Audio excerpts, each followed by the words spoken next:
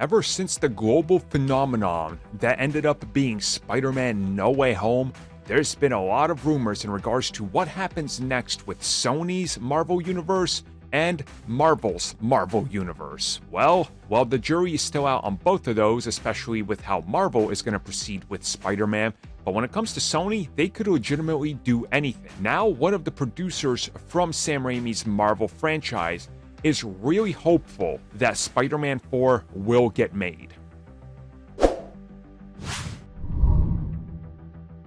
So this came at us from an interview with Gizmodo, which included the producer of Sam Raimi's Spider-Man, Grant Curtis, who got talking about everything that's happened with Spider-Man ever since he worked on the very early Spider-Mans. Now, of course, he's been attached to Spider-Man ever since the beginning, and he specifically wanted to talk a little bit about the potential of a Spider-Man 4, what they were doing, and of course, what exactly they had in mind in terms of Spider-Man 4. Now, this was actually brought up as part of a conversation in relation to Moon Knight, because he's actually the producer of that series, and again, attached to Marvel Studios.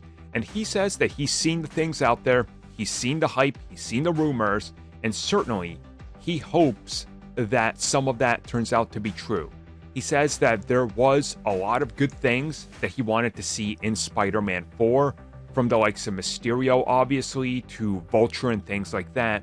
And he says that there was a lot of ideas for what they were aiming to do in terms of a new story and how far they were going to span out into the Spider-Man mythos in the comics that we haven't seen yet. And he also teases that there was already storylines in place for Spider-Man 4 that would have led to Spider-Man 5 and 6, obviously following Anne Hathaway as Black Cat and Kurt Connors, aka the Lizard, who would have been played by Dylan Baker. And it's one of those things that he just says it's one of those dream projects that you thought went away, but now that you've seen what can be done, that you kind of start to get hopeful that it could happen again. And it's an interesting scenario, right? Because I think many of us want it, but I don't know if many of us trust Sony as they are today, because we've seen what happens with Sony. Look at Morbius, right?